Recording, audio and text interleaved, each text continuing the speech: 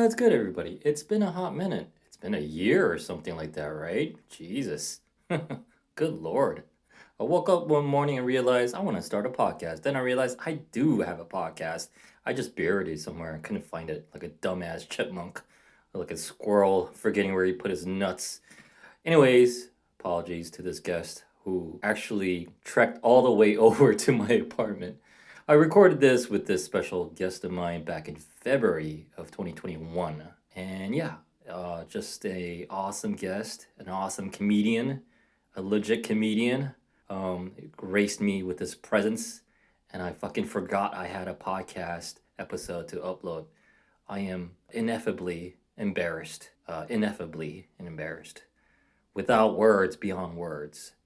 But this guy is the real deal. He is a Chicago Bulls fan.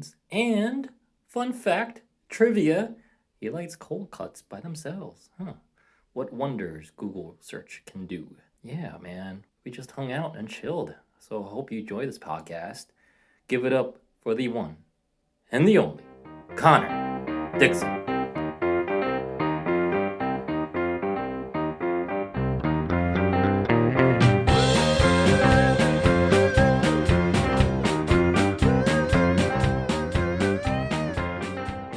Let's record.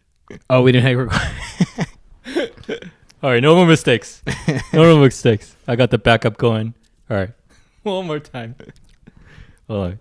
Actually, do I need to? No, I think it's good. I'm comfortable. Yeah. Yeah, I just want to make sure.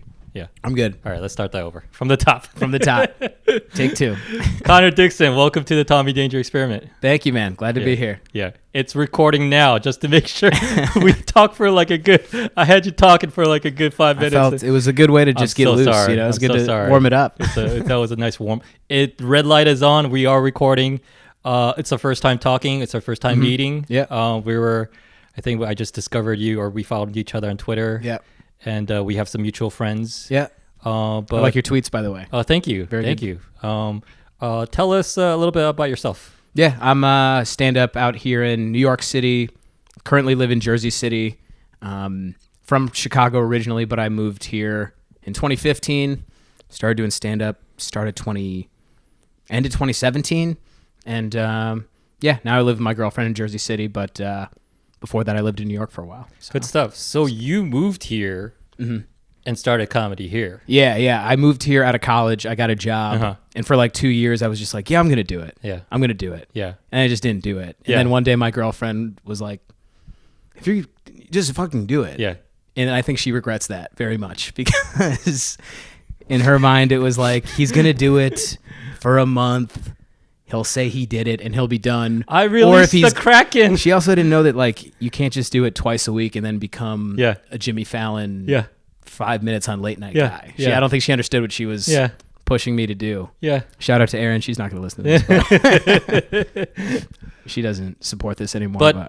But I definitely feel that I'm somewhere around that lines where so you didn't do like anything in college. You didn't do like drama or improv or anything like that. I did take a theater class in high school. We took a class. It was me and my best friend. We did very well in the class, but we like to push the boundaries. Like during an improv part, it was a black box theater. My professor had a little glass office on one side. And in part of an improv sketch, I actually dove through my professor's window and like shattered it and had to go to the nurse's office. And he was like, he was like such a theater geek that he didn't know how to handle it because he loved how hard I was committing to.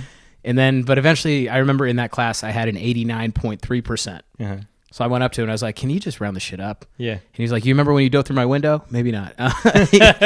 He said, if I would, his name is Mr. Fox, Frenetic Fox. I hope he's still out there in Glen Ellen. What a name for a drama teacher, Mr. Fox. Mr. Fox, and he introduced himself as I'm Frenetic Fox. He actually does that? Yeah, he did that to open every class. I have to reel back like a couple of points there. That's a little too much there. Oh, he's pretty out there. He's also like 6'6", real big guy. But he wouldn't give me an A unless I tried out for the play that semester. He was like, you don't have to get a part. You know, just if you try out for it, then I'll give you an A. which I hope he was saying because he thought I was good. It might have just been because he needed more people to fucking go out for it. Yeah. But I said no, and I just took the B. Yeah. But I do still remember that, and I was like, oh, I had a lot of fun doing it. Yeah. And then I just worshiped stand-up since I was a younger kid. So once I was in New York, at some point, it's like, you got to for sure. at least try an open mic. Yeah, for sure. What's that like? I'm envious of like people who are kind of in the space now, but in high school they did drama club or something like theater related. Like, cause I know I was never in that headspace. I was like, cause I grew up in the church and I used the church for my outlet every now and then, but like church plays and things stuff. like that. Yeah. But silly skits and whenever I got the chance to be in front of people.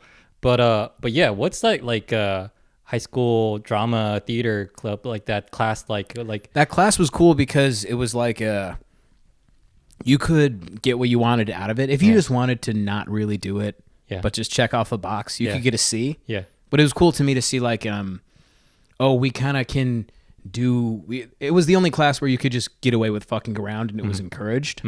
And that's interesting. That's like, it was like, oh, I'm allowed to be silly here. And if I do it right, I actually get a good grade. Yeah. Whereas other classes, and your teacher's like, no, go further in that direction.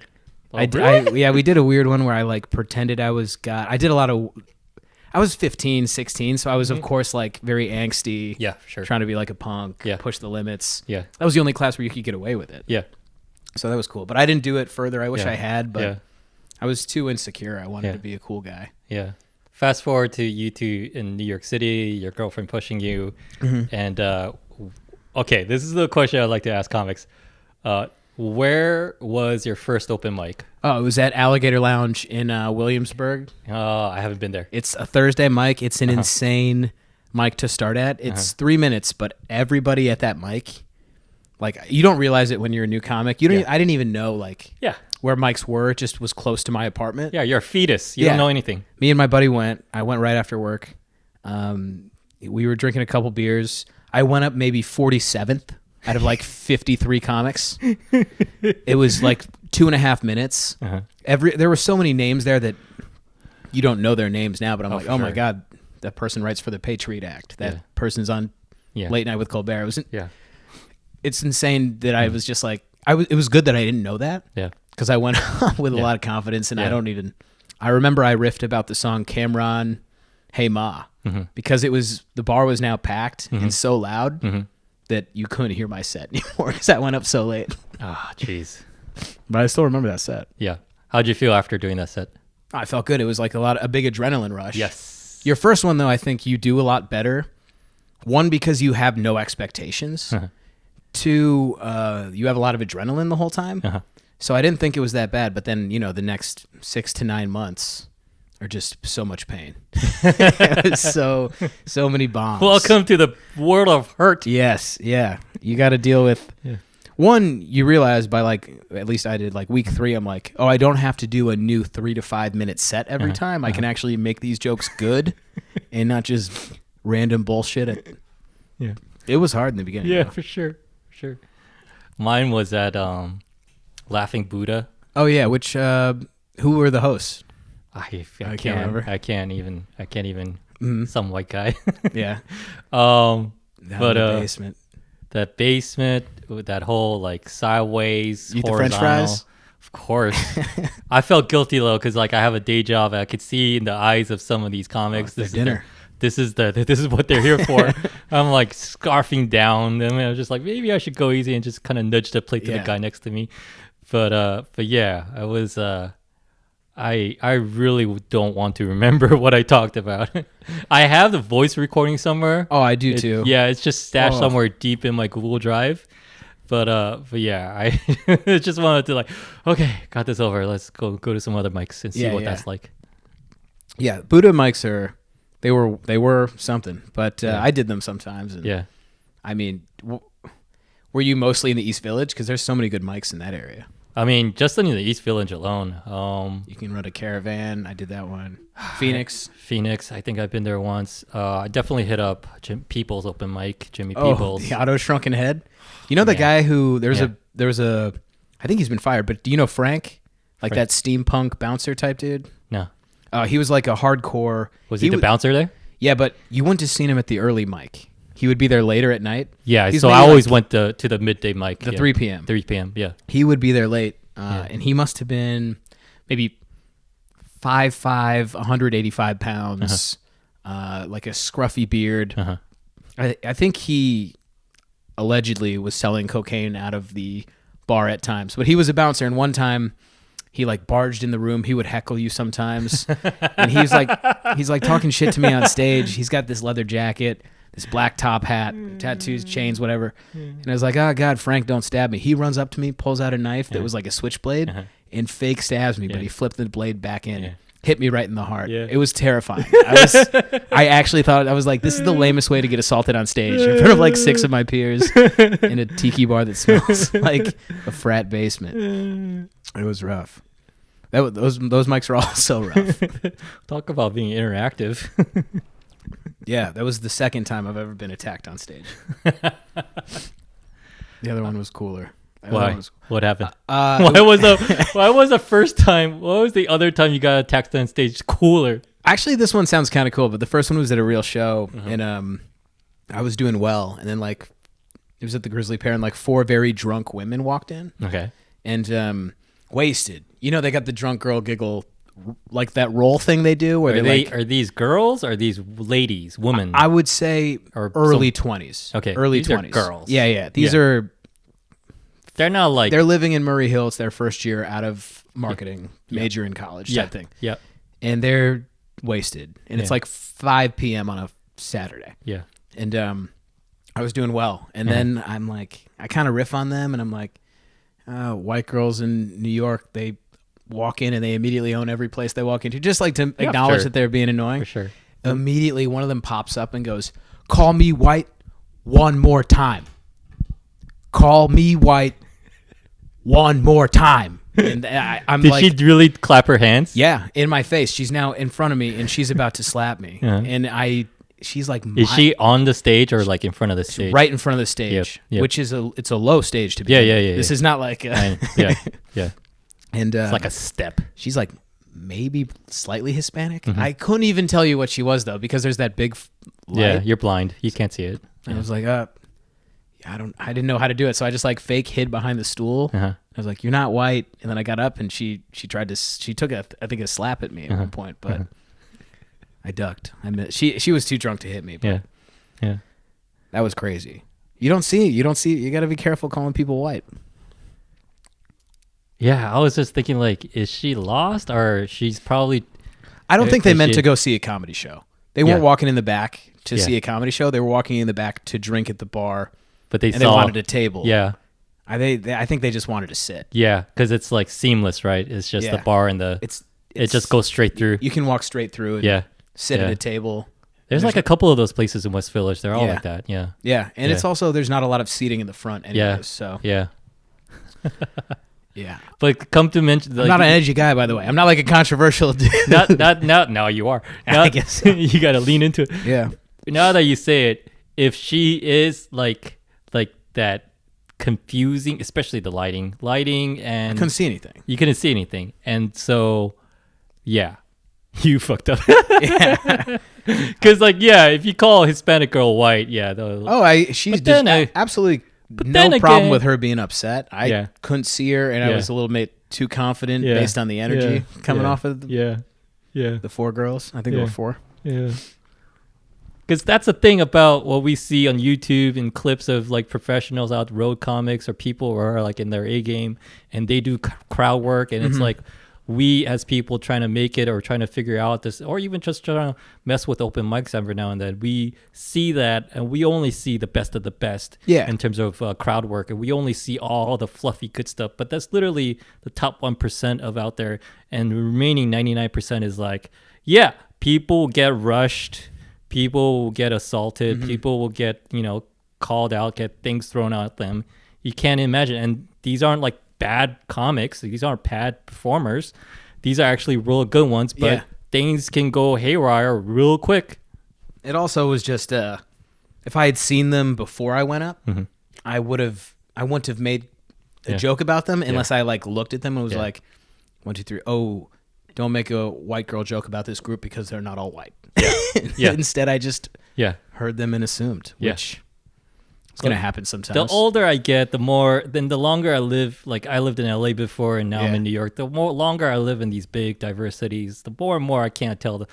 I can't even tell like Asians apart. I can't even tell. No, I mean, not even just that. I can't tell like anything. You know, it's just like I was like, oh, gender even, like what is that? You know, it's like, hey, living creature. You know, we're also pretty numb to it. I think in New York, like when I was living in Bushwick, it's like you're not really. Yeah, it's such a diverse place. You're like, oh yeah, everything's cool. Nothing really. Bushwick definitely has everyone, right? Oh yeah. People that you didn't know existed too. Yeah. You're learning. Yeah. That was where I first moved after college. And I went to Penn State, which not like there's 40,000 students, so not diverse. But from Penn State to Bushwick, it's like that's Penn State is what? Is it West Pennsylvania? It's like rural. It's Pennsyltucky. It's Pennsyltucky. Pennsyltucky. It is never heard of that phrase. It is because they say Pennsylvania, it's Philadelphia on the east, Pittsburgh in the west, Alabama in the middle. It's fucking the opioid crisis is hitting every town around the Penn State. It's called State College for a reason. It's just a college town. Yeah, State College. I remember that. I remember doing a cross-country road trip and driving through Penn, and I just didn't realize, shit, this is just fucking Germany. This is trees. Yeah. Just nonstop. It's out there. Luckily, it's a big enough college that you can have everything. It's like almost a small city. Yeah. But I was there one summer when all the students were gone. Yeah. Weird. Yeah. Weird. You're like, this is what white poverty feels like. I hadn't experienced this I'm from the Chicago area. I'm either in the city or I'm in the suburbs. I didn't know what real rural life was like until I was there one summer. Yeah. That's funny.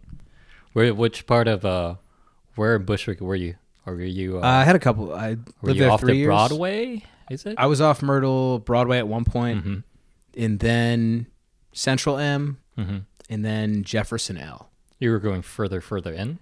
We started off at like I moved to a random place, Myrtle Broadway. It was right around when Spice became a big deal. Yeah. It was like, I think it's a bigger deal maybe in East Harlem, but at the time. I think I was in Bed-Stuy. So. Okay, so you might have been right at the same area where everybody's under the Broadway tracks. You're like, people are conked out. Yeah. It was crazy. Yeah. The second apartment, I was one stop further into Bushwick, farther away from Broadway. That was a bummer. That sucked. All those people were high. You saw it when it was wild. When it was pretty wild. Yeah. Yeah. It's like a crazy mix of.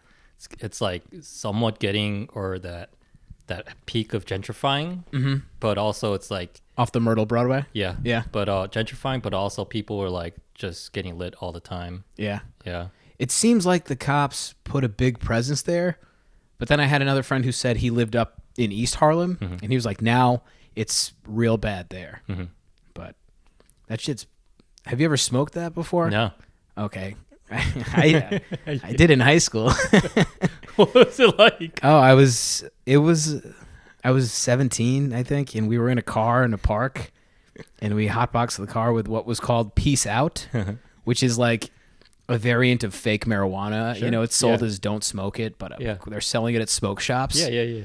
I just remember being so high that we just laughed. You laughed. You get to that high where you're laughing so hard about one thing, and the laugh just rolls continuously to the point where you don't know what anybody's laughing about. That's so weird. We went to a Dairy Queen to get some food. Not a good idea. There's a lot of families at Dairy Queen. Yeah. And we're maybe... You guys are like tripping balls. I'm 3 blocks from I could walk home to my house. Oh, yeah. Oh, shit. So it's real bad. And I walk into the bathroom. I see my eyes just so red. My face is like, I'm just so high. We got a blizzard. We got out of there. But like I had a big headache. Like, cause it's all chemicals. I think they just spray it with a bunch of bullshit. I don't know. That was the only time I did it. Yeah, they lace it with some kind of bullshit, right? Yeah. No, don't do that. Yeah. Don't smoke spice. Stick to popular drugs. Just smoke pot. Just that's smoke the only weed. one that's good for you. Yeah. Yeah. Good-ish. Good-ish. I got some like really like fancy like weed from my dealer, and dude, regular weed knocks me out. Fancy weed, like, fuck, man. You get panic attacks? No, like not even. I kind of wish I wanted to see what that's like. But fancy weed, it's like it's even more potent. It's just like, whoa, like it's not. I'm not even knocked out. It's like I'm chilling. I'm toasted, but it's like this shit is strong. I'm just like that for 2 hours. This shit is strong. I like smoking like small amounts of weed, but I don't. There's always a point when I smoke weed where I'm like, I want to not be high now. Yeah. And you can't really turn it off. And it always has. Sir, I'm always like asking the imaginary conductor, yeah. Sir, I'd like to get off this train now. Yeah, can we take the other track now? Because I've had enough of this track. Yeah, is there if there's weed, no way to. If there's weed where it's like after 2 hours, it's like bam, you're off. That's all I want. 2 hours. I want one movie's worth. If any drug lasts longer than like Horrible Bosses, if you're longer than the movie Horrible Bosses, you're a bad drug. Yeah, it shouldn't. Yeah, when Bateman is done and they killed the bosses or whatever, I want to be ready to go. Like I don't know, send an email to my boss. Yeah, I need to be straight again. Yeah, that's a particular conundrum of people who partake in recreational drugs. It's like there's nothing really. Yeah, I mean, you want to leave the movie theater ready to drive home. Yeah, right. You ever gotten stoned like this is sweet. It's been a long time because I haven't been to a movie theater in a year and a half. But once I took edibles and I went to watch a movie, like what did I watch? Ant-Man and the Wasp. Oh, Paul Rudd? Yeah. I had a mouthful of edibles, had it, walked to the movie theater, fucking blown away by the movie theater, had the hardest time walking back home. Yeah. Still high, finally went back home. I was like, this has got to be the best movie in the whole wide world.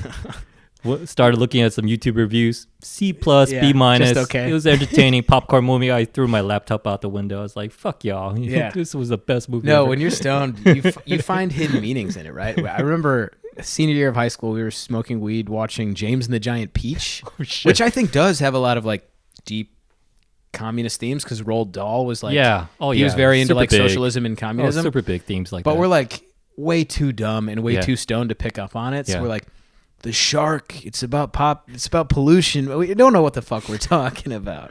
The peach is our earth. Yeah. And it's our home. Yeah. And it's like, no duh. Like, we didn't read the book. I feel like if you don't read a book, you don't get to find hidden themes in the movie.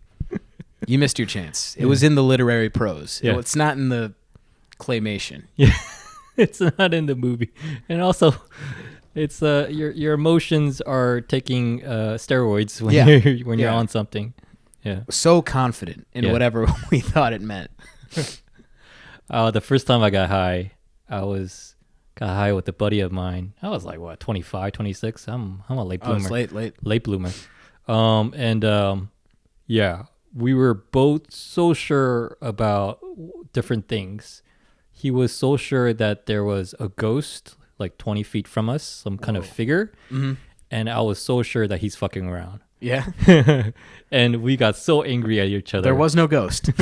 I think. I actually don't know. I don't know why. I shouldn't have implied. We don't know. We don't know about the ghost. We don't know. But it was just 2 hours, 3 hours of. Was it maybe like, a puff of smoke? Maybe a cloud of smoke that was just maybe hanging? It was a bush in my backyard that just looked vaguely like, or maybe not. Who knows? But he's like, Tommy, someone is there. I swear to God, someone's there. I'm like, shut up. You're fucking around. We just talked like that for 3 hours. And then afterwards, I got tired. I'm just like, come on inside. I'm gonna bake some frozen pizza, whatever. Oh no, I know the paranoia. The first couple times you smoke weed is intense, especially because you're worried it's so illegal. Yeah, you're gonna get in trouble. I never had that. The only paranoia I have is like someone is walking behind me and I'm in their way. Yeah. Like I'm walking too slow. That's the only paranoia I have. I'm always like looking. You're like spatially aware. Someone's there. Yeah. Oh, no one's there. I don't really smoke that much anymore. Yeah. So if I do, it's in my own home, and then I'm just gonna sit on the couch and listen to music. That's the best. You know, early on, one time we got arrested at a mini golf course because we went over there. It was closed. It's a place called Holes in Knolls. And we went to one of the knolls. We went to one of the knolls in the corner. Of course, because it seemed like a good knoll. And as we went to smoke weed, immediately there's a police officer. So we hadn't. Was the officer camped there? Just happened to be there, or was he rolling around? I think I think we would have seen him. It must have been wrong place, wrong time. Yep. And we hadn't even packed the bowl. I don't think it was just in the grinder. So he put it on his lap. Yeah. I, like hid something under mine. Cop shined a flashlight. Oh shit! And then he's like, "Yep, I see the weed." Step out of the car. Pulls us out, and they explained somebody had been vandalizing the mini golf course. Okay. So that's why he was coming over to check on it. Yeah. And then they found out we weren't going to vandalize it. And then they're like, maybe we'll let you guys off. But there was like a really big bong in the back seat too. They shattered that in front of us, which is good because then we can't get in trouble for it. Yeah, for sure. And then... but they put you in cuffs and made you sit on the... No, here's the thing. It was my buddy's car. It was his weed. Now, I feel a little guilty that he got the rap for this. Now, he was also 17. So he's the one who got charged. I don't think he got... It's like decriminalized in Illinois. Yeah. It's like a ticket. Yeah. But I was 18 and not charged. So not only did I not get anything, I also didn't have to call my mom. Yeah. So I just called a buddy of mine. He picked me up. We smoked weed and watched the movie Rubber about a tire that kills a bunch of people. I love it. You guys, if anything, you're consistent. I have been very lucky and gotten away with more things than I should have. White privilege, huh? I mean, I guess that was an ageist thing. But my mom found out eventually. She's cool with it. Yeah. What's your family like? Are you like, do you have siblings? I have one full sibling. It's my brother. Then so one full human, and then you have a bunch of half. My half torsos. Yeah, because my parents got divorced when I was a kid. So I have I have two step siblings, but my mom since divorced him. I don't really stay in touch with them. Sure. So I had them. Yeah. I guess I might be Facebook friends with him. I don't know. But then I have two half brothers. No, half brother, half sister from my dad and my stepmom's side. Yeah. So it was at 1.6. I guess we'll call it like 4. But they got divorced very young. Yeah. Like when I was 3. Yeah. So like it's kind of all I knew, which is cool. Yeah. It's better to not know. Do you ever talk to your half siblings? Yeah. Sometimes they're younger though. Yeah. Oh, that's cool. Like my half sister is graduating high school. Oh, that's cool. And the other guy is like he's 16, but he's like playing hockey in Pittsburgh or something. I don't really. Yeah. It's kind of weird to talk to a 16-year-old though. Yeah. Oh yeah. Like even if it's your sibling, it's like a little bit like I don't know how to communicate here. Yeah. Do I send you TikToks? Yeah. I have nieces where they're becoming one is already a teenager, one is becoming a teenager, and the one who's the older one, I don't know how to talk to her. She's like full hormonal. Like, ooh. Yeah. I just keep it light. Like, where'd you get into college? Yeah. That's cool. Yeah. How's senior year? You don't have, because I don't really want to know anymore. Yeah. And even if I did, I wouldn't know how to approach it. Yeah. Can I get into something? I prepared something. Can I get into something? Let's do it. Let me. It's a nice laptop, by the way. It's a $300 Chromebook. Really? I think actually I got it used. Is it a podcast sponsor? I like how you just dropped the price right on it. I think. I would love to have a sponsor. Asus.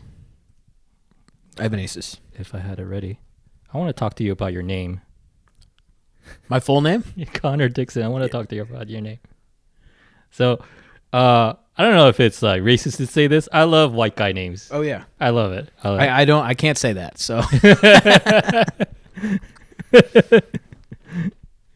Oh, why can't you say that? I could, I guess. I like the name Tommy Danger. I like names like that. Thank you.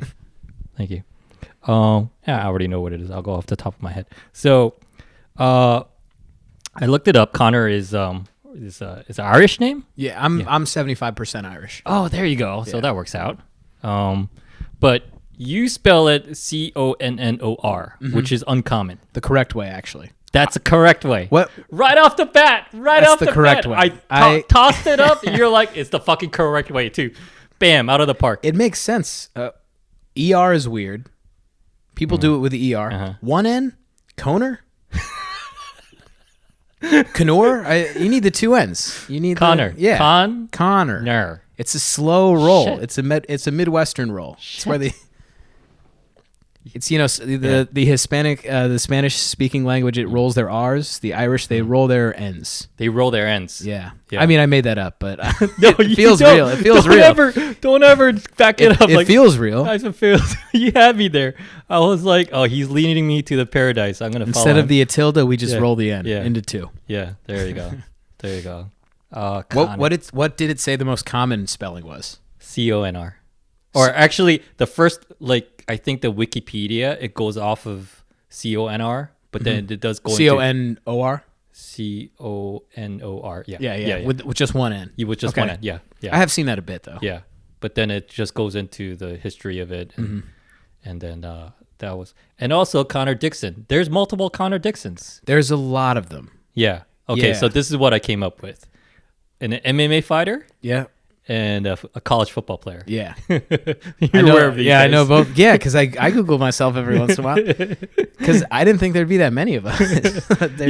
There's actually, and then it's like then go literally LinkedIn your it. spelling right, the way you spell it, right? Two N's with the second O. Yeah. I think the MMA fighter's like a huge asshole. I know that's like not unexpected. It's MMA. Like you're probably gonna be. I kind of don't want to know about MMA fighters who's really, really nice. I don't want to. Yeah, I'm not an MMA guy. But I'm a casual fan. Okay, but you kind of want them to be play the character. Want them to be a fucking asshole. Yeah. You know? Do you think that comes from like WWE and us growing Absolutely. up with that? I think it's just like talking shit. Yeah. And just being a huge jerk off is just part of the game. And boxing was that way too. Like Mike Tyson telling Lennox Lewis, "I'm gonna eat your children." We just like casually were like, "Oh, that's fucking Tyson." And now we listen to him on podcasts. Oh, Tyson is rebranded to like a Come listen nice to me guy. on my podcast. He definitely and was, I think, convicted of rape. Was he convicted? Yeah, I'm pretty sure he served time for that. Yeah, he would. That's why we went away for that. It was Yeah.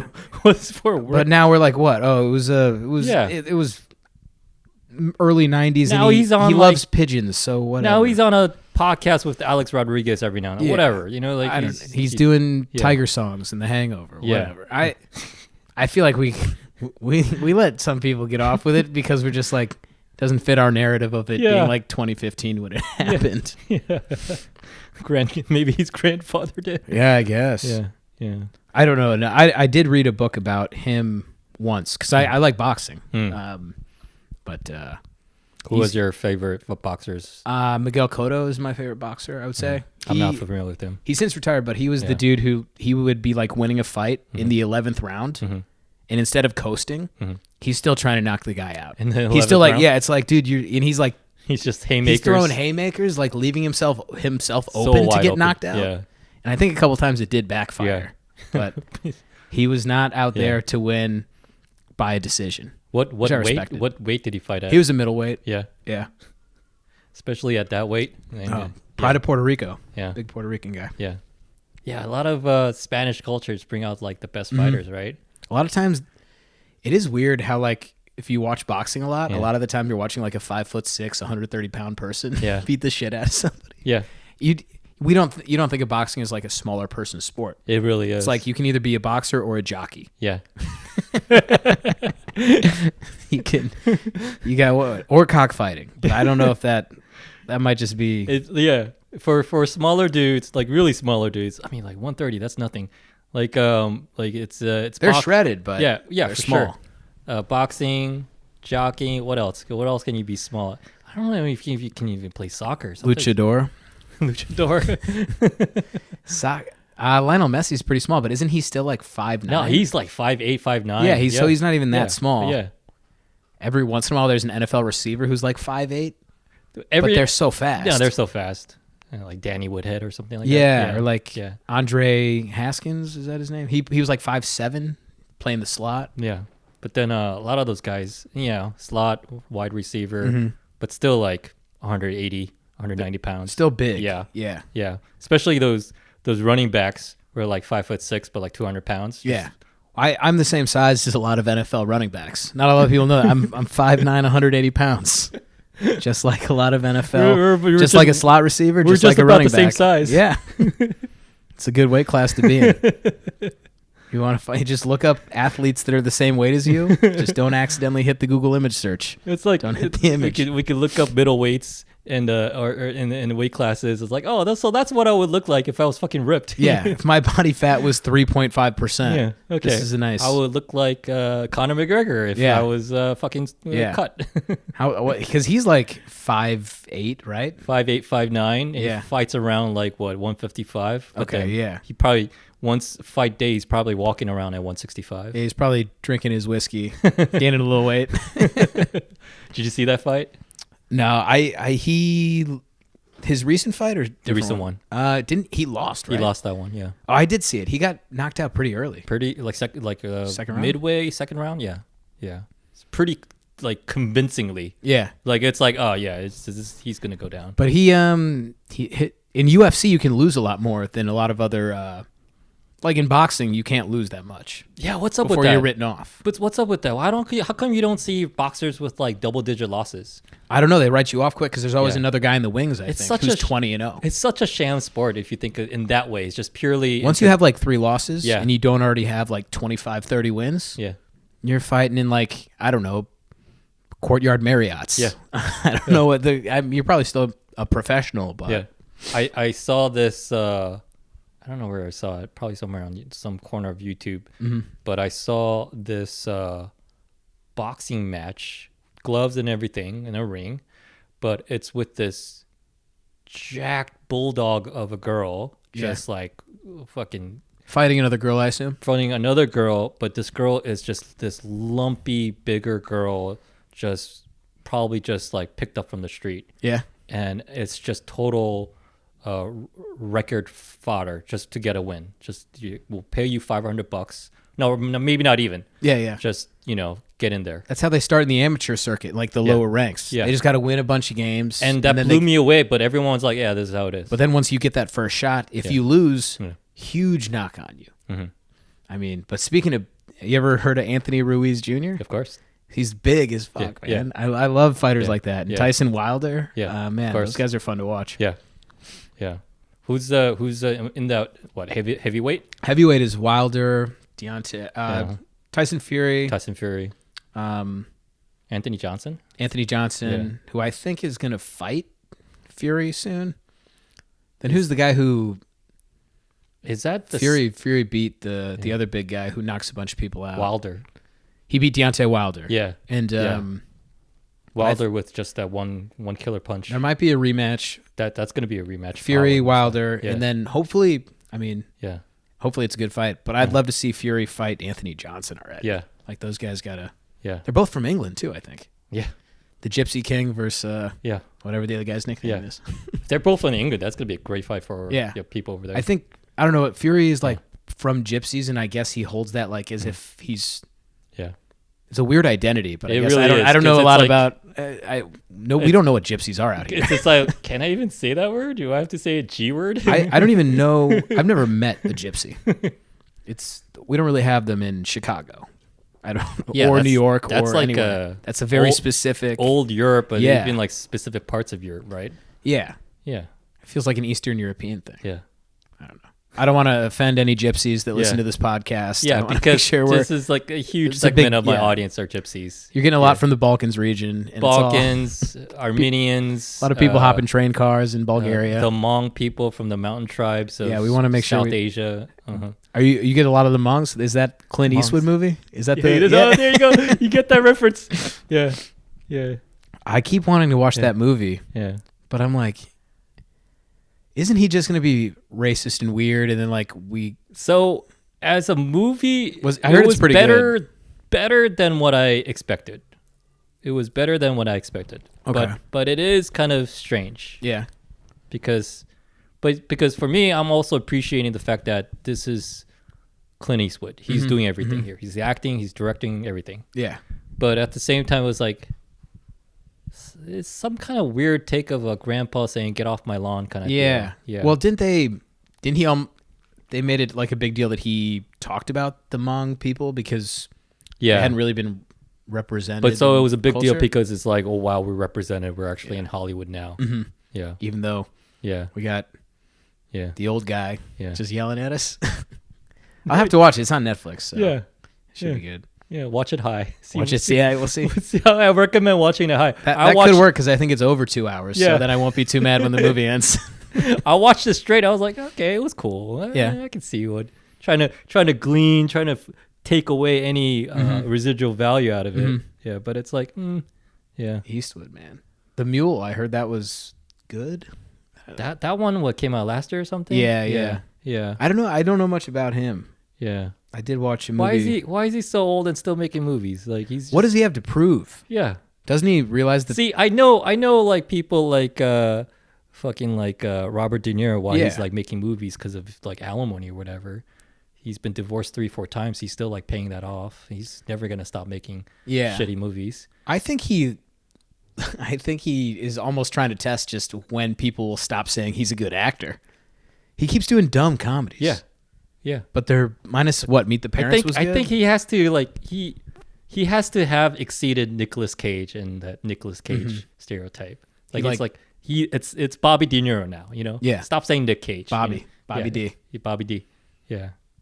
I mean, he's the Irishman was good, but What was the Irishman good? Did you like it? I did like it. Okay. But it was like April of the pandemic when like you couldn't get off your couch. It was when A we were 4-hour all movie was perfect. we were all freaking out. Yeah.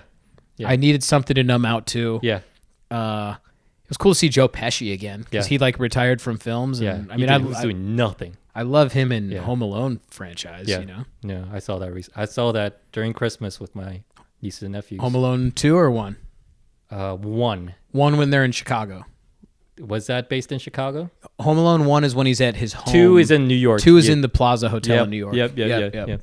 And I was telling my nieces and nephews, we were at their house watching it. It's Christmas time, and I was like telling them, you see that child actor?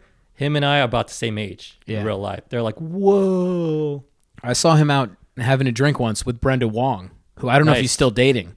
But at the time, I worked at the Plaza Hotel, and it was at a bar on the bottom of the Plaza Hotel. How funny. And I'm like entertaining a couple of clients because I was in sales. And I'm like, you saw Macaulay we're talking Culkin about it, and I'm at like, the Plaza Hotel. I'm like, I don't know how to approach this with them because I don't want them to go over and talk to him. I Yeah. also don't want them to run over and I'm wrong. Yeah. But I recognized it less from Macaulay, who had like the long hair. Uh-huh. But that had to be Brenda Wong. Yeah. I've seen her in The Sweet Life of Zach and Cody. Yeah. You know, I know Yeah, what yeah. she looks like. Yeah. So I just kind of mentioned like, I might be Macaulay Culkin over there, maybe not. I didn't know they used to be together. Yeah, they're not anymore. I don't know. I don't either. keep up. I don't keep up with either of those Yeah. I celebrities. barely keep up with anything. No. Yeah. Do you have a weird celebrity that you keep up with all the time? Because I feel like I got a few. A few guys that I'm always like. I just found out that Aaron Rodgers is engaged to Shailene Woodley. Yeah, that was a pretty big deal. Yeah. He has a odd He's like a Hollywood chasing history. Yeah. I feel like he's overcompensating for being stuck in Wisconsin his whole career. I know he's from LA originally, but if you were like one of the biggest NFL stars and you're in one of the smallest markets, Green Bay is a population of what? Yeah. 80,000. Probably You got to live there most of your Probably year. the population of Astoria. Yeah, Green Bay is like living in Astoria, except very cold and way more spread out, and no Greek food. Yeah. So you got to deal with that. I'm going to overcompensate. I got MVPs. Yeah. I'm going to fly to Hollywood in the offseason. Oh, you have a Super Bowl ring. Yeah. Only one. Yeah. Only one. Yeah. I'm gonna race some cars with Danica. Yeah. Danica Patrick. That's right. Dated her for a while. Yeah. Who else has he dated? Oh, Olivia Munn. Yeah. Yeah. He's got a history. I think they were together at the tail end of her kind of cultural hotness. Olivia Munn. And I think like she was getting it was like her decline in her cultural hotness, because you could definitely still be hot, but just not be that culturally relevant. I also don't. She hasn't really had a lot of great roles. No, I mean, she started off like. Didn't she start off on the video game channel? Exactly. That where G4? she was so hot. Yeah. There was I would every now and then check in with that show. There was an episode with that goofy, geeky white guy, but they had a great show. It was really funny and interesting. they had, I think it was like one of the season finales or maybe the series finales where the dude stripped down into the sexy. It's pretty funny. This dude Olivia actually stripped down into a French maid costume. I would have tuned into that. Fucking lost my mind. And she jumped into a puddle of chocolate. Was the show Attack of the Show? Attack of the Show. Yeah. Good recall. Yeah. And then the dude did the same thing. He was also, stripped down to a French maid costume and jumped in as her. I thought that was fucking brilliant. Great TV. I remember that. Is G4 even a channel? I don't know, but I do remember that show having like a lot of viral moments. They were right place, right time for the YouTube viral clip. Yeah. Yeah. I think it was like a little bit before YouTube was actually a thing. It? Yeah. But that was a big deal. Yeah. YouTube, when it started out, it was literally America's funniest home videos. I watched Smosh a bunch. If you remember Smosh on YouTube. What was that about? Nothing good. Yeah. They did like a Pokemon theme song where they just lip synced and like did weird shit while they lip synced it. Yeah. But YouTube was brand new. Yeah. It's 2006. Oh, that's so raw YouTube. So you're like, anything is good. Yeah. We're not used to having this. Yeah. And then they did so many dumb videos. They're still doing it. Yeah. But they're now like almost 40. I'm sure they make money, but it's like, damn. Yeah. You couldn't break into like at least an Attack of the Show type of show? You couldn't do like cultural commentary like a lot of these people are doing. You couldn't like branch to a podcast. You can go to Tokyo and find a person killing. What was it? Suicide themselves. Yeah. Those guys are morons too. Yeah. But those guys segueing into boxing, I feel like it's fucking brilliant actually. But he actually seems to be maybe good. Yeah. I mean, at least he's in good shape. Got the physique for it. Yeah. Like he's definitely. So are they both doing boxing? I don't know. I can't really tell the difference. One of them looks like he has an Owen Wilson nose. I do know that. Yeah. One of them has like if Owen Wilson... Is that the one who's like really good in boxing? I think he's the boxing guy. Yeah. I think he's older. Yeah. But then there's the younger one who looks just like... You're like, you definitely just are an asshole. I don't know. You got the haircut. You got the blonde. Yeah. I don't know. The Paul brothers. Yeah. Jake and... Logan. Logan's the older one. I think so. Jake is the younger one. It'd be fun to be a celebrity and go into those boxing matches, though. Do you know Jose Canseco made $500K the other day? What? He got knocked out within like 35 seconds. By whom? It was a thing called Friday Night. Barstool Sports is doing these like amateur celebrity boxing things. Oh, so smart of them. Which is, of course. Any trend that you're like, that's a bad idea, but I know people will watch, they jump on. Yeah. But he made $500K to be in the ring for a minute. Yeah. I wonder who Genius. But Jose Canseco. What a guy. That guy, I grew up, when I first started watching baseball was like Giants, San Francisco Giants, Oakland A's, that just like... McGuire. Yeah, McGuire. And then getting into the 90s, like... Steroid Boom. The Bash Brothers and all that good stuff, bad stuff. Yeah. But I mean, I'm from Chicago. We loved Sammy Sosa until we did it. Yeah, That's how it worked. Before he turned pink. Yeah, he turned. I don't know how that happened. What happened there? He also his last game with the Cubs, he bashed a boombox in and then left in the 8th inning, and it was like, all right. I think I remember that. Yeah. Not a great. Yeah, but did you watch? Where were you when the Cubs won it all? Oh, I was at a bar on the Lower East Side called Kelly's. Huge shout out to this bar. Best Cubs bar in the city. Nice. I left work at 4:45. Did not tell anybody. Good. Me and my roommate were like, we're going to leave early. I have Cubs gear. He's not a Cubs fan, but he has been watching the games with me in the playoffs. So I'm like, I'll get you a hat. Yeah. We're going to get to the bar at 5:15. Nice. So we can just make sure we camp out, get a spot. We probably drank maybe 30 Labatt Blues each that night. Nice. We just because they had a bucket deal. And the game went into extra innings, game 7. And then there was a rain delay. And my buddy who lived in New Jersey, he caught an Uber to go to the train. The rain delay lasted like 6 minutes. So he's in the car. And it's like, but he can't come back because the bar is so packed. He won't get in. Cubs win. Yeah. We're going crazy. We're singing Go Cubs Go on the bar while I think I had a bottle of whiskey and I'm just like pouring it in people's mouths. Yeah. We're it was 5 a.m. by the time we got home. Yeah. Just chaos. Yeah. And that was in New York. Yeah. Could you imagine being in Chicago? I would have died in Chicago. I would have survived. I would have. Yeah. People wonder why that dude in Philly ate poop off the street. Well, I don't think I would have ever done that. No, it's like I'd like to be separated from that thought. that's stupid. But then again, it's like, yeah, I don't know if I would have eaten poop, but I definitely would have been his friend. Who, I like it. It gets real crazy. People get nuts in sports hysteria when you win it all. I could see people. I could definitely would have had friends who would have like jumped on light poles and stuff. Yeah. In Chicago, that doesn't happen because everybody's too fat to get up the light pole. It's the nice thing. Yeah. Yeah. Everybody's like, these guys are too heavy to get up there. We don't have to worry about that. Yeah. They might eat the poop because they eat anything. Yeah.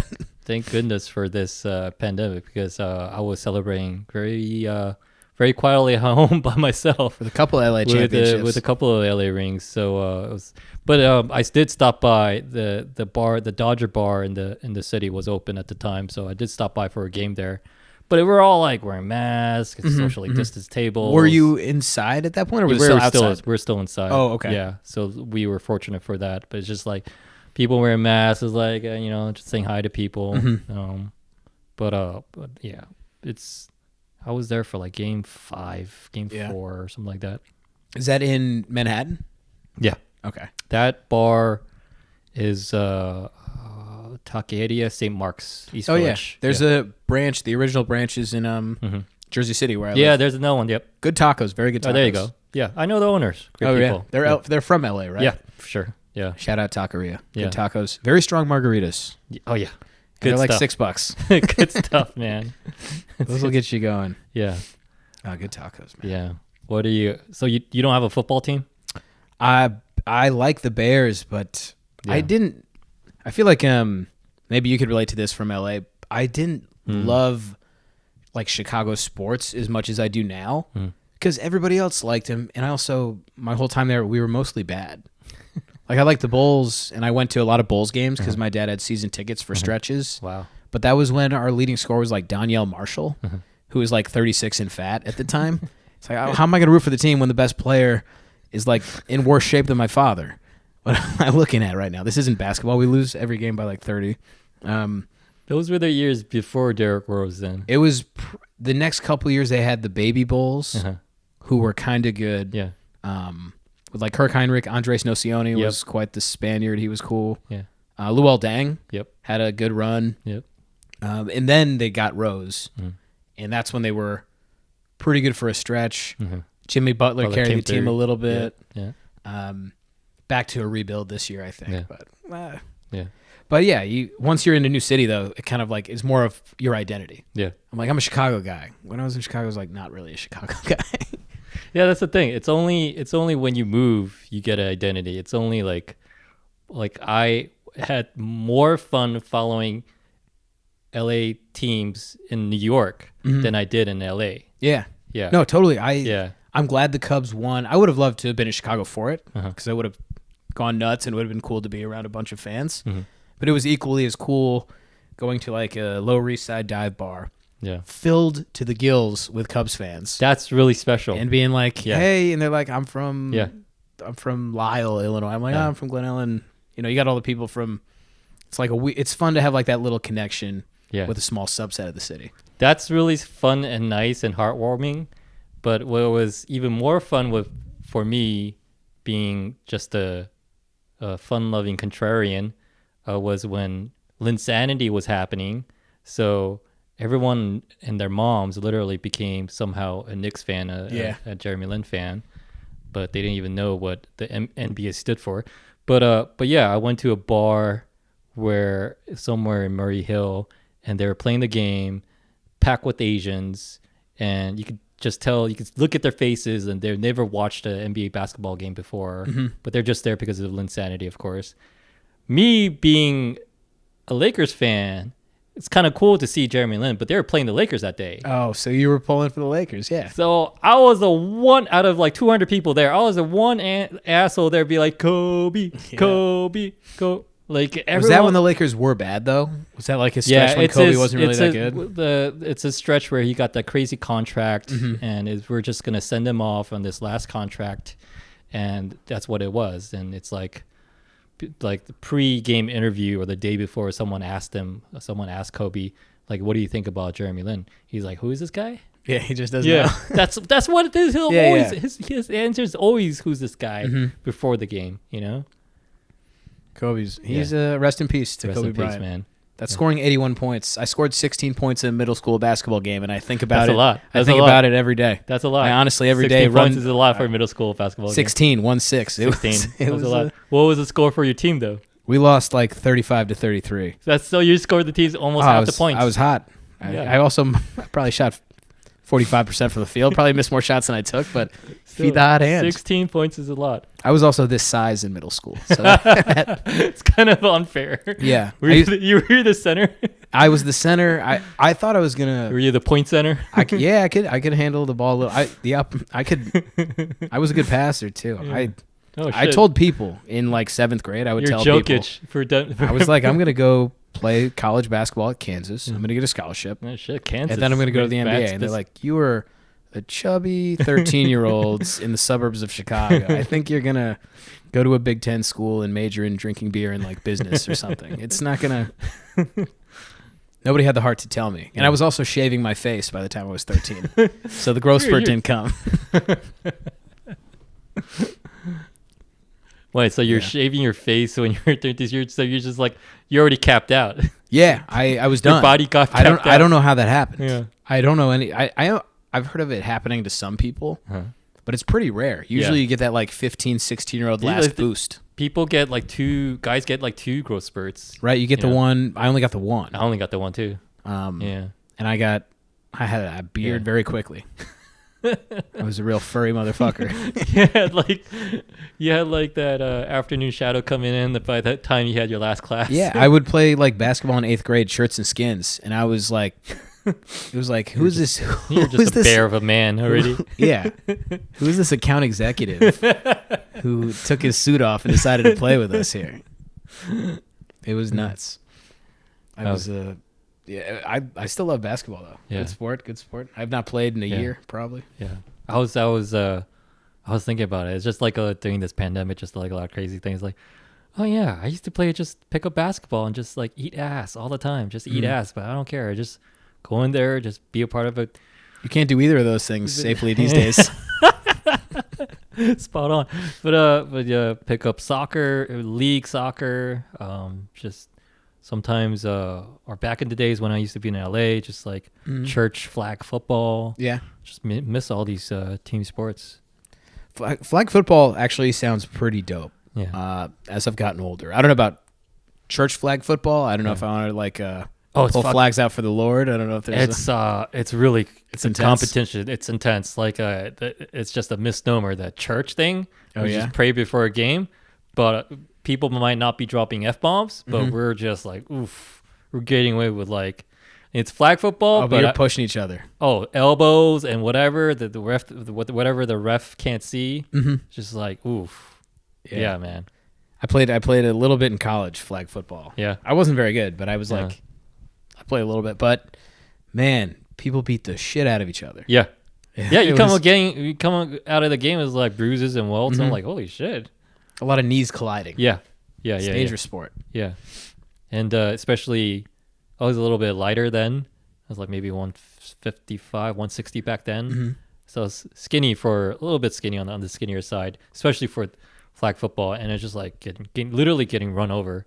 Oh, really? Yeah. Like I was playing defense. I was on defense. I was just like, Trucked. trying to get the it might as well tackle because the angles that you're playing with and I didn't realize like the technique of like flag football techniques of getting flags is like you're going for weird angles because you're shooting for the hips on the side of the hips.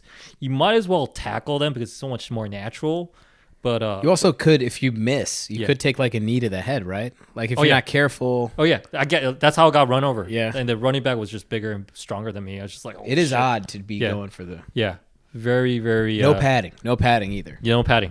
Yeah, but so it's misleading. Yeah. But I would totally be up for a game of flag football right now. Yeah, it'd be fun. Yeah. Did you watch the Super Bowl? Yeah, I did. Did you? Yeah, Yeah. I What'd you did. think of it? I thought it was. I like that Tampa won, only because I was like, I root for the underdog, and they were the underdog. I don't. Were they the underdog? Yeah, they were. They were Oh, underdog. really? Yeah, I like didn't know by that. 3.5, I think. Okay, by not by much. Yeah, but I mean, Kansas City's like a juggernaut. It is. I wish it was closer. Yeah. I like the Weeknd's halftime show though. I thought that was You good. liked it. Yeah, I thought it was good. Yeah. It's been a mixed bag on social media. I've Yeah, seen. yeah, that's what I'm saying. Well, he did the song House of Balloons, Uh-huh. which is a song exclusive. So many of his songs are like exclusively about snorting drugs. Yeah. House of Balloons, he leads into another song Someone- called Glass, what's like Glass Table Girls or something like that. It's like a 2-part song. He didn't do that part though, because that one's even more overt that he's talking about. I don't know who Just wrote this explicit drug joke. use. I don't know who wrote this joke, but they call it the Pepsi halftime, but Coke won. Yeah, I saw that. Yeah. Because he's clean enough that he can do all those songs, and it's not clearly about him abusing drugs and like Well, it's having wild yeah, orgies exactly. and It's stuff. it's a combination. Keeps it of, under the surface. It's a combination of like well written lyrics, Mm-hmm. and also he's popular enough. It's catchy as hell too. Yeah, it's fucking great music. Yeah. Great pop music. yeah. Yeah, It's those double entendres. yeah. I mean, I was a good one. And there's no nip slips. No nip slips. We haven't had that since What was Janet that? Jackson. 10 years ago? It's been a No, while. that's longer. I think that was like Fuck. In the 18 aughts? years ago, maybe, man. Oh, shit. 70. I'm so old. I remember that game because I was like 10, Yeah. so it was a big deal. That's right. That's And- right. But also, it was a great Super Bowl. Yeah. Overshadowed, unfortunately. Mm-hmm. It was Brady. He won again. Yeah. He's a freak. He doesn't eat tomatoes. Tom Brady does not eat tomatoes. He says because tomatoes are one of the few vegetables that is not anti-inflammatory. Huh. So that's like if I ate tomatoes, they'd be like the healthiest thing I eat. and that's like Brady's like I won't even touch it. I was like that's a good day for me. I ate some For tomatoes. me, it's not even tomatoes. I'm like ketchup. It's like, Yeah. I haven't had ketchup in a while. I was ketchup. Man, tomatoes do that for you. That's crazy. I was just being a numbers guy. I was going over, or not even numbers guy. I just wanted to shit on Tom Brady just by myself. Just going over his Super Bowl wins in the histories, like this one and the one with Atlanta overcoming 28-3, are the only 2 Super Bowls that where Tom Brady was the fucking man. Every other win he had is close. Yeah, in this one he was very good, but because it was not that close for a lot of it, Yeah. the defense almost did more than him. Defense did everything. Yeah, Yeah. but he's still the best of all time, I think. Yeah. Just for football. I don't like it when people are like, who's better, Serena Williams or Tom Brady? I'm like, I'm pretty sure Tom Brady's better at football than Serena Williams, and she's better at tennis than him. And that's fine. Yeah. Did you know that Serena Williams doesn't even have the most Grand Slams when it comes to women's tennis? Really? Yeah, there's one woman who has one more than her. Who is this? This is a woman named Margaret Court, who is now like a hardcore homophobe, says horribly racist and homophobic things in Australia where she's from. She's the Ayn Rand. She's the Ayn Rand of tennis. Yeah, everybody's like, please, Serena, win 2 more so we can just put this woman behind us and pretend she never. idea. Yeah, No wonder I haven't heard she's of her. like an evangelist on TV. She's like railing against homosexuals. It's like, That's man. so good. That's so good. Oh, I'm not saying anybody should stick to sports, but maybe she should have stuck to sports. For once, maybe that slogan would work. That's so good. Look her up, Margaret Court. Margaret Court. I mean, I don't look her up. yeah. It's terrible, but if Yeah. it is true, she Yeah. has one more than. Look her up, but don't follow her. Yeah, don't look her up to Yeah. be mad at her. She's evil. Well, there's that, and then we can fast forward all the way to now. I'm all for equality. I'm all for if we have downtrodden people in our society that we should look after by all means. But can we stop having Shaquille O'Neal talking about how we should live? Like, I don't want Shaq and all his dumb low baritone voice telling how we should be as a people. Like, I want him to sell cars. I want him to roast. Has he done that recently? Dude, just What do you do on the TNT show? Whatever happens, like, go around and I'm just watching Shaq's dumb face, just talking about we should be coming together as a people, but not hating on each other. I'm just like, I don't need Shaq to preach to me. I want Shaq to roast Charles Barkley for not having a ring. Shaq and Charles Barkley are 2 of the funniest people in the world. They are. They are They are. stupid funny. They're so good. It is the best sports related talk anything. Oh yeah. Yeah. They have a roast, and they're the funniest people on their own roast. Yeah. Yeah. I don't know if you ever seen that. Look it up on YouTube. It's Really? pretty good. Yeah. They have people come up and roast them, and then at the end, they can't wait to get up there and just roast the people in the audience. I was listening to I and this is the thing of mine. I always like try to retcon my own memory. I was listening to it when it happened. I probably wasn't. I probably heard the recap of it the next day. But I swear to God, I was listening to Charles Barkley when he was talking about San Antonio women. And I just lost my mind. I can't believe they just let him get away with saying the stuff he did. And that's a good point. Like, props to the studio heads and everyone related behind the scenes for letting that go out. Well, there's a reason that those guys go on air at like 11:45 at night to wrap up the show. It's like, have they had a couple cognacs and they're like, I've seen enough basketball for the night. That's gotta be the best job ever. Oh, but then they're also so good at that. Also, like people don't realize like how what of a beast Barkley was back in his day. Yeah, he's the round mound to rebound. Yeah. Yeah. I was compared to Charles Barkley in a 6th grade scrimmage once. It's true story. You were Charles Barkley when you were in middle school. I was the Charles Barkley of you were the white Charles Barkley. The west suburbs for a game that day, for one game. It was the basketball game where you I don't know if you played middle school. There was a game where the high school kids are going to learn how to become refs. So they had a scrimmage with like me and the two of the 6th grade teams. Interesting. And I was hot that day. I had some good spin moves. I was grabbing rebounds, some nice up and unders, and one of the high school kids shouted, "Barkley, Barkley!" How'd you feel when that happened? Great, but then later on, I was kind of like, "Am I that fucking fat?" It's pretty good. Yeah. I was like, "Damn, I gotta slim it down," because I'm in 6th grade. I'm not a grown man. It's okay to be Barkley big. Once you're in your like late 20s. Yeah. I hope, because I think I'm Barkley big these days. Maybe you're Barkley big for like proportionally this height. Yeah. 5'9", 180, same size as running backs, or if Barkley was my height. Yeah. That's good to know. Yeah, because if you're 6'5", then you'd be that bulk. Yeah. I could use it. Yeah. Swing it around. Taking like 25, 15, 10 a night, triple double, easy. Yeah. If I was 6'7", I could have played in the NBA. Yeah. And I know that. Yeah. And we know that. Yeah. If I was that height, I'd be a great assistant coach. Yeah. You'd be able to coach. I played college ball. Yeah, we're too short to even coach at this point. You don't see short coaches. You don't see like 5'8" coaches. I got a buddy of mine who he always wanted to like be a coach. He wanted to play, but he was slower than me and a little smaller than me, so it wasn't going to happen. But he played CYO, and he went to college. He should have done the college thing where you're like a team manager, I guess. Yeah, like graduate assistant or something. Yeah, like once you're done with the program, you definitely is a lot of work for like no payoff unless you're really committed. Yeah. But now he's coaching like, I don't know, like 4th grade girls, and he's like 25 in Chicago, and it's like, I mean, man, all right, if you really want it, that's the best you can do, I guess. You got to start somewhere, but but I have gone down the rabbit hole of a lot of famous coaches. Yeah, in all kinds of sports. They all played college at least. And they all play college, and then once they're done with college, they all become this title of a graduate assistant. Yep. And then they become some kind of assistant coach somewhere, and then defensive backs coach and something assistant or like maybe they start off in the pro leagues, but they're in the video room. They all start off in the video room, something like that.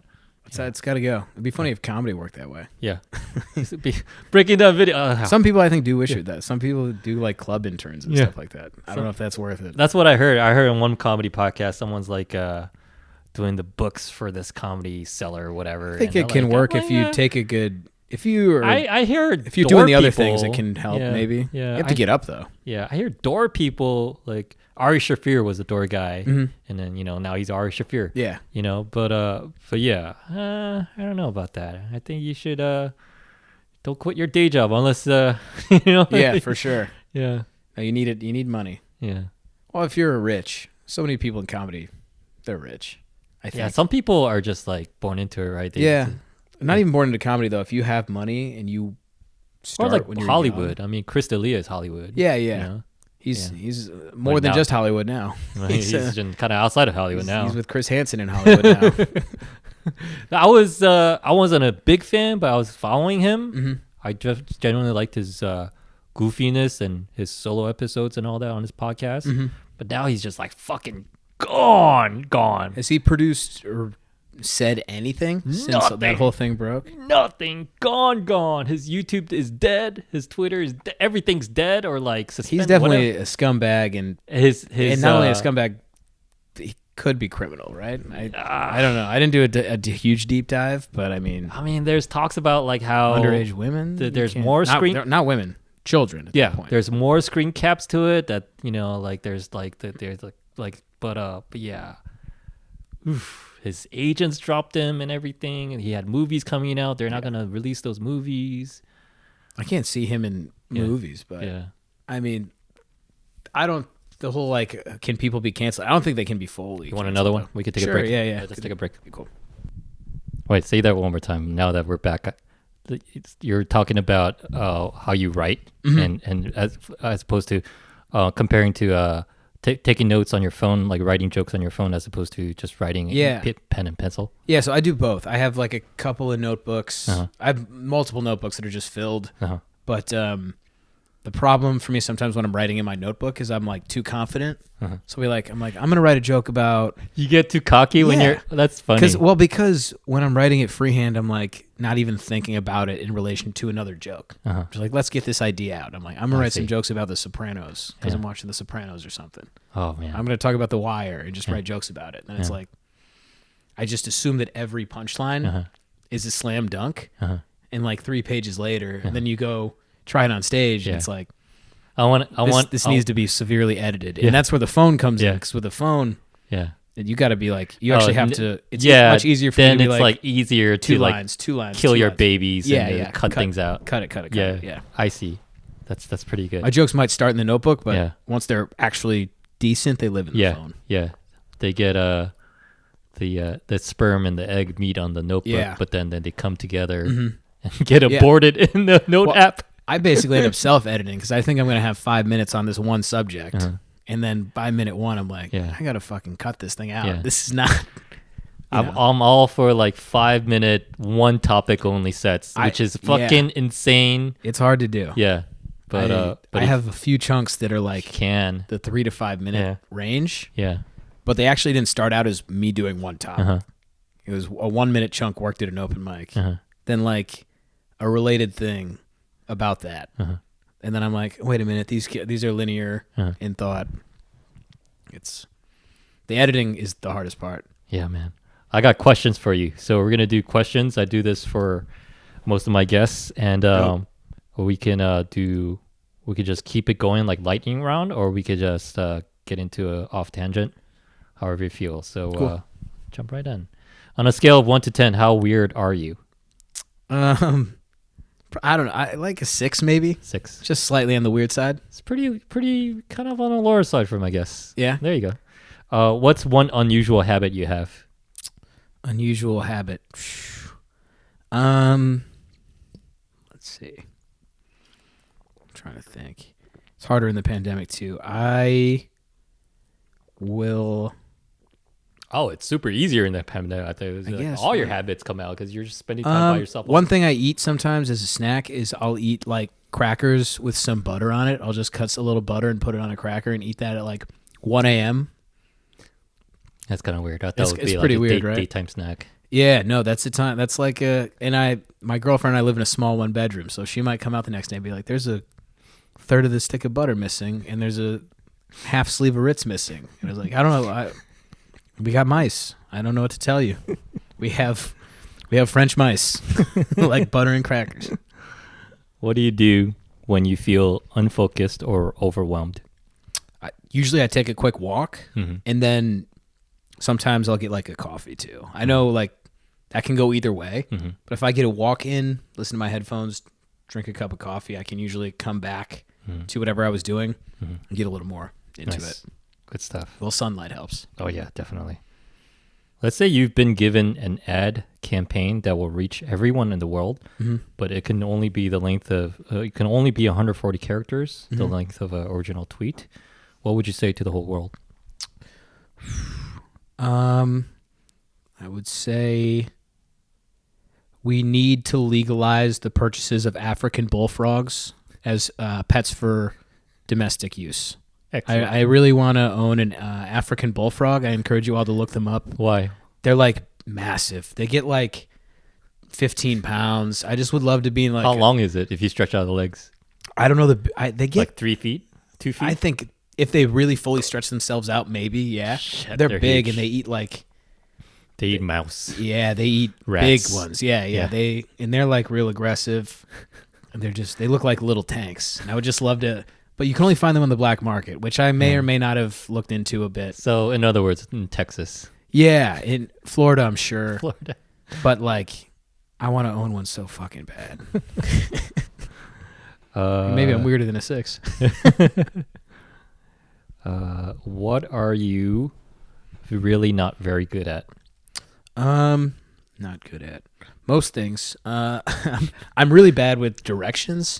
I've gotten better since I lived in New York, but as a kid, like if I didn't have like exactly where I was going, I would get lost constantly. Yeah. When I first started driving, I would get lost in my own small suburban neighborhood all the time.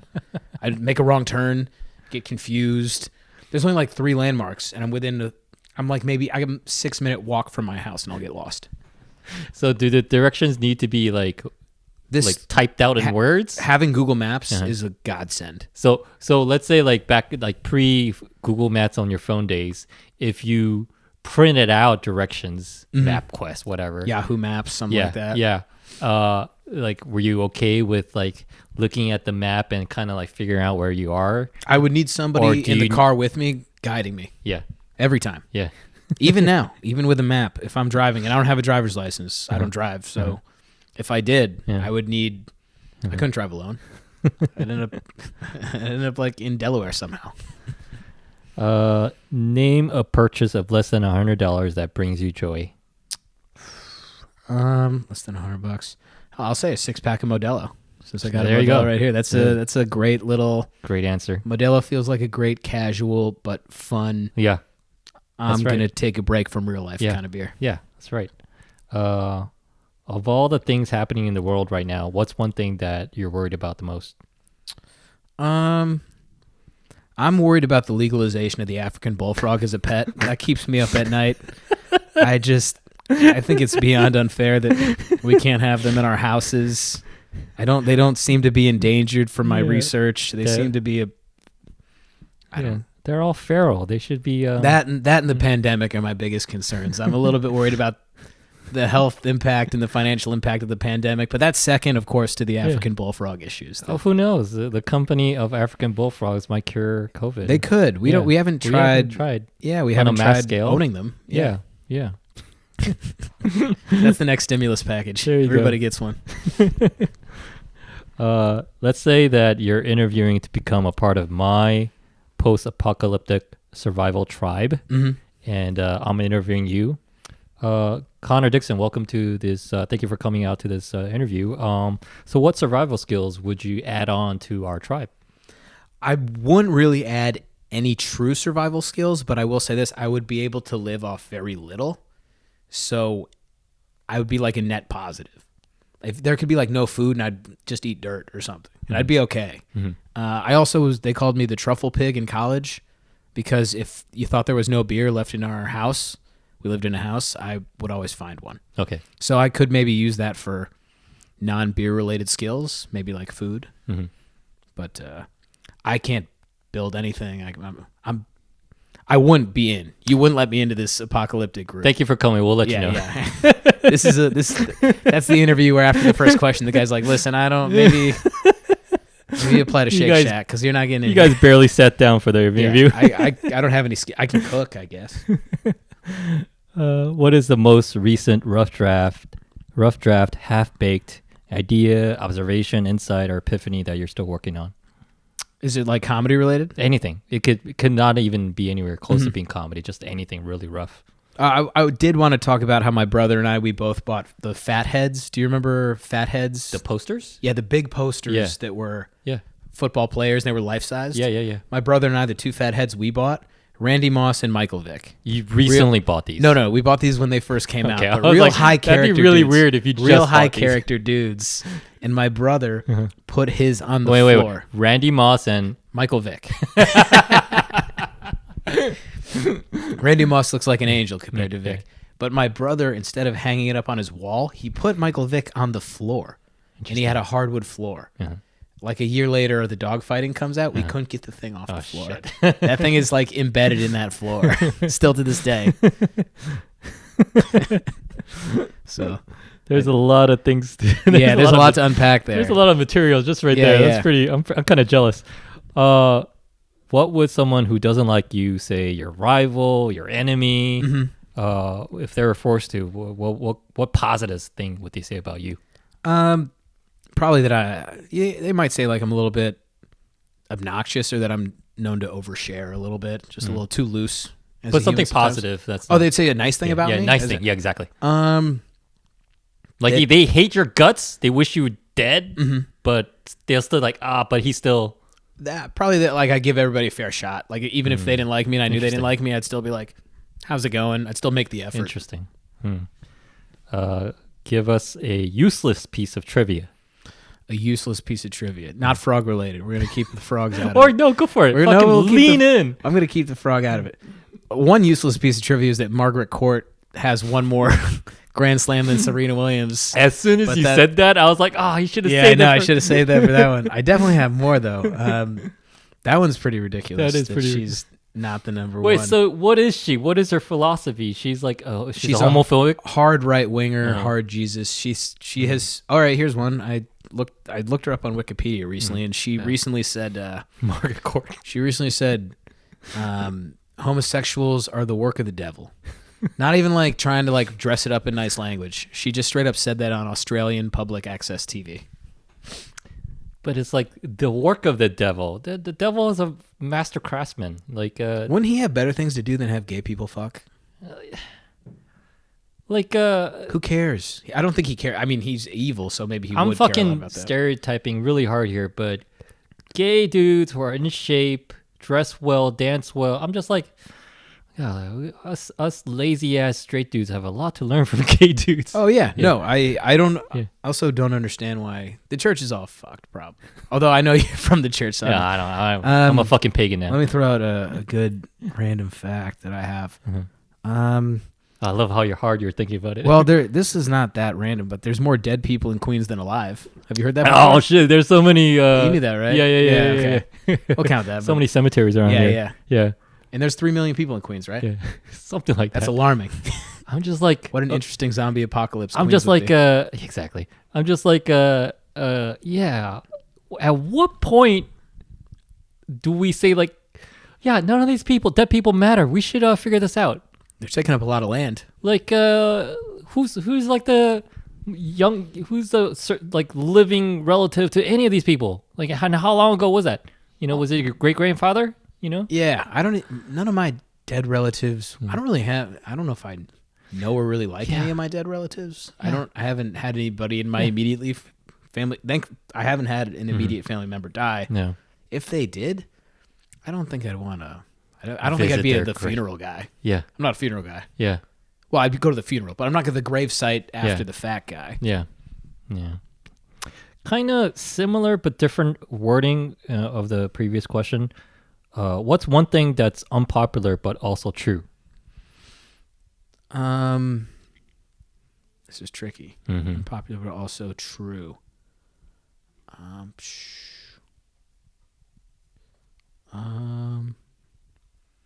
would say that. You want me to give you one? Yeah. Let's hear one you have. Well, go ahead. I'll bet ahead of you.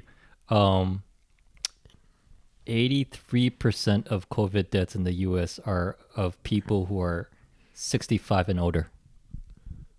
That's yeah. Nobody wants to say that. No one wants to say that, but that's true.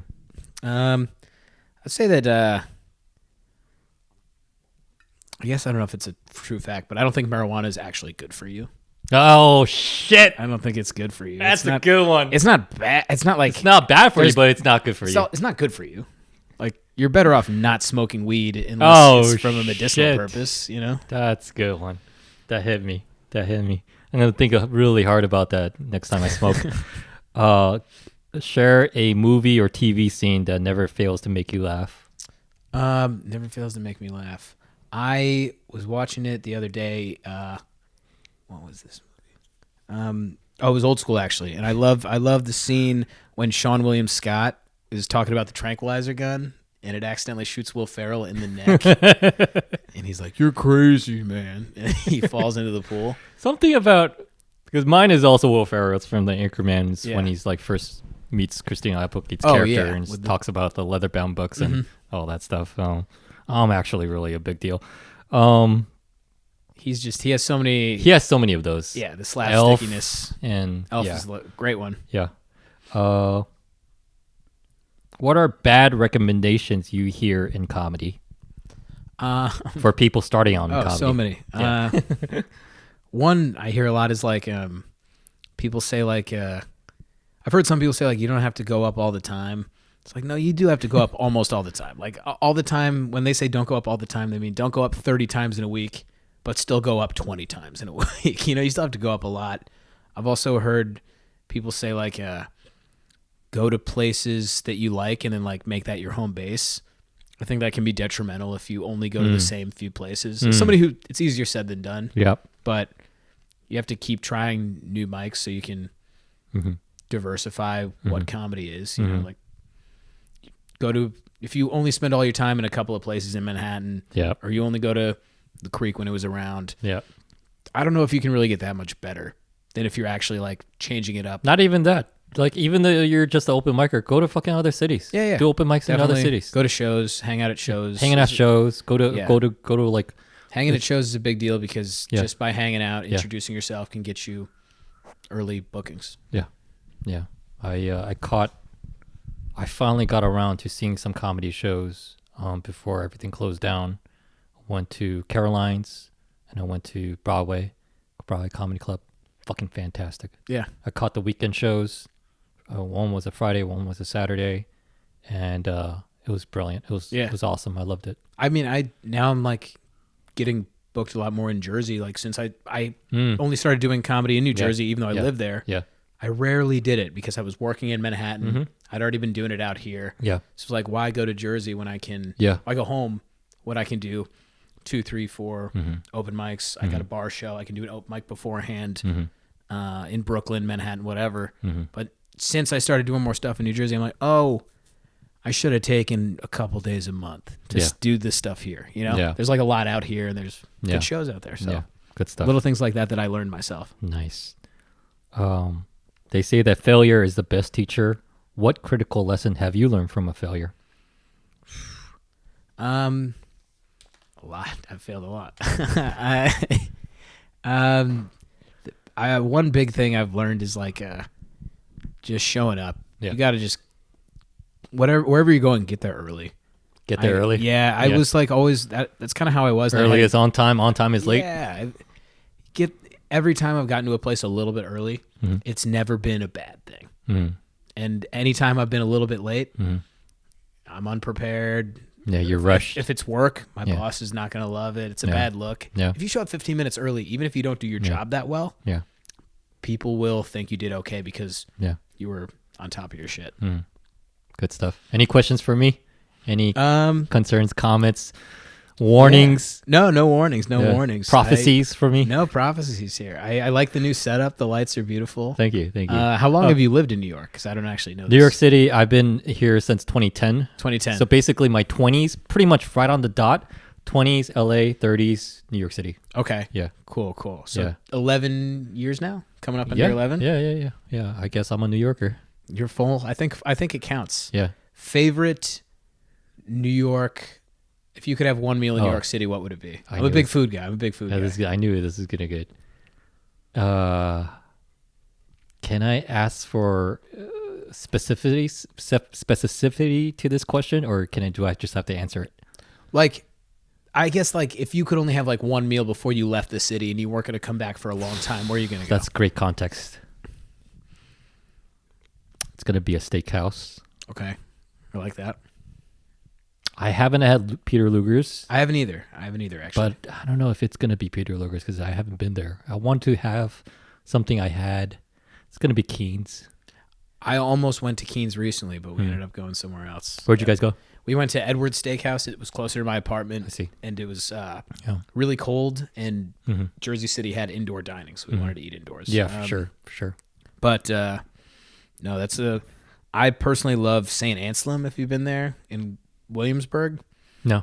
Great steakhouse. And it's like a little less steakhousey. It feels a little more like a hipster bar, but it's still like you can get the fucking big ribeye, dry aged. So, yeah. There's places like that, and there's a place like that in somewhere in West Village, and it's not that fancy one. What's the name of the fancy one with the burger and the Minetta? It's not. Minetta's great. Don't get me wrong. Quality Eats? Quality Eats, like a little more casual. It's Quality Eats. It's more I've heard casual. that place is good. And it's like their steaks are good, but also you could just get their burgers. Fucking fantastic. You don't have to ball out. Yeah.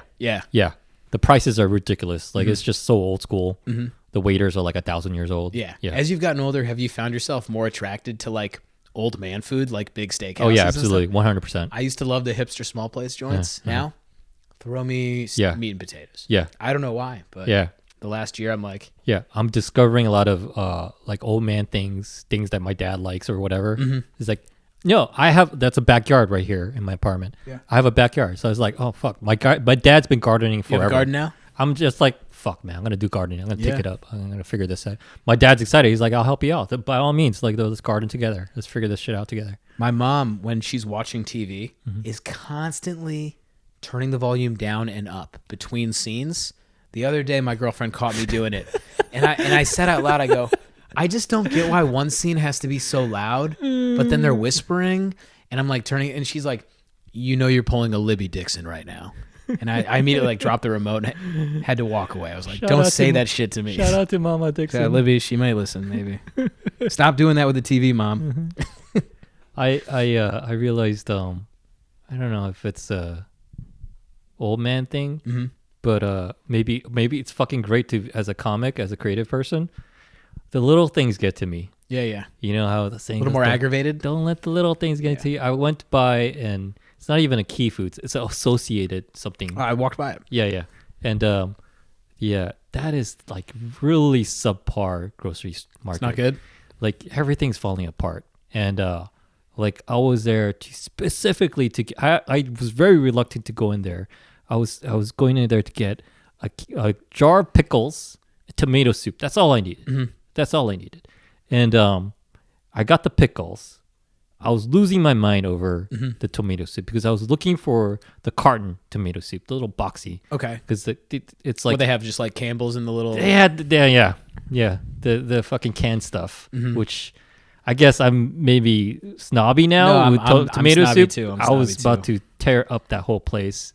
No, bad tomato soup. It's like, why the fuck am I eating this? It's I might as well put my stuff into a little wrap it around in a towel and put it at the end of a stick and just hop on a train and be a hobo. Yeah. If I'm eating if I'm eating food out of a can, like it's okay. Maybe I am snobby. I don't know. A little bit. If you want good tomato soup, you need to get the good tomato soup. The carton the little carton where you snip off the edge and then just comes out. That's so good. It's so nice. Yeah. Did they ever have? Sorry, one last thing. No, go ahead. No. Have they ever had that? Did their aisles make sense? Because there was a Rite Aid I was in recently. None of the aisles had what they advertised as. Yeah. Drove me nuts. I was like, why is this here? There's an aisle and it said like it had all these like baking. It was like the dry goods aisle, all candy. Like they never changed it from Halloween. Dry goods aisle, and it just had candy. It was the Halloween aisle, but it was January, and it's like this isn't a Christmas thing because the candies weren't red and green. Fix the aisle. Like, how do you not? I was just so mad, and I was like you said, I was like, I came here for two things, yeah, and now I just have to either know the store by heart or I'm not getting them. No, I'm starting to get people who start losing it and start talking to themselves, just mumbling to themselves when they're on the street. I'm like, kind of getting there. I feel it. I feel it coming up. Catching it. I'm catching it. Bring us to a nice landing here, Connor. Give us some concluding remarks. I love sports. I love food, and I think we touched on a lot of that today. I could definitely still shoot 38% from the 3-point line. 38. I could shoot 38% for the college three. College 38. I don't have NBA range anymore. It doesn't matter. Off the dribble, in the corner. Yeah, catch and shoot. I'd be a catch and shoot guy. Yeah. But late in the shot clock, I could do a little Steph Curry shake and slide over, a little step back. A little step back. Yeah. What would be your percentage be if it's just catch and shoot only? If I was open every time from the college 3, 45. Damn. I'm a marksman. Fuego. The only thing I'm good at comedy. I'm better at shooting the 3 ball.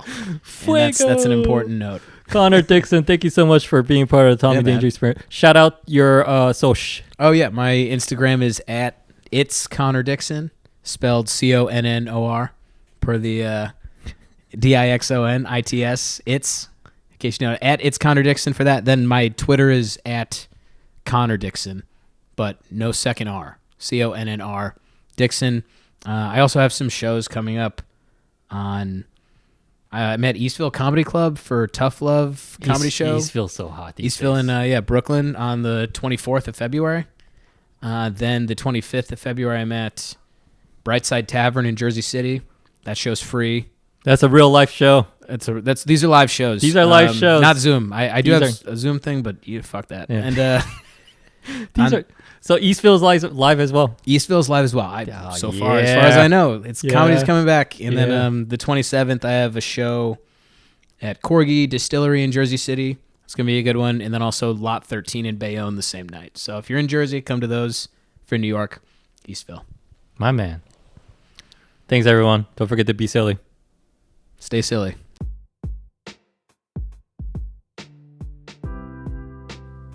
Well, there you have it. Hope you enjoyed the episode with Connor Dixon. If you'd like to check out his social media, I think the best way to do it is to Google his name, Connor Dixon. CONNORDIXON.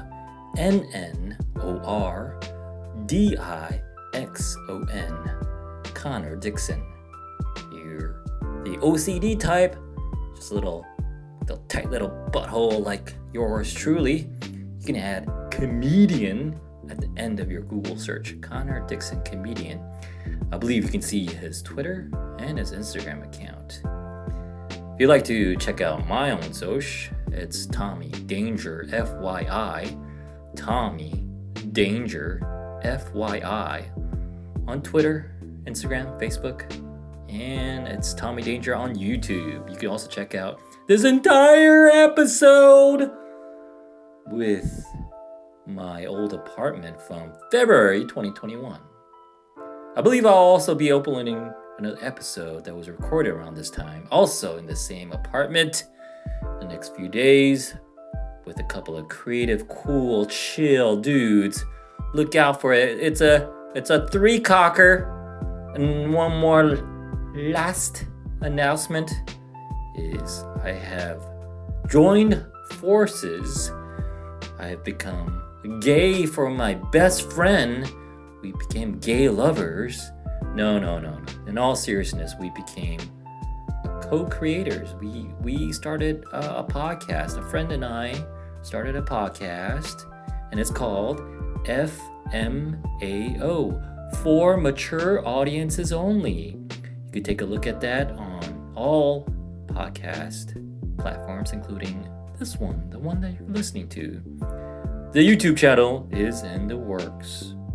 And I believe I'll be bringing back my notorious solo episodes on Tommy Danger Experiment. So you can expect that. I was going to say Tommy Danger, expect that. Can't talk right now.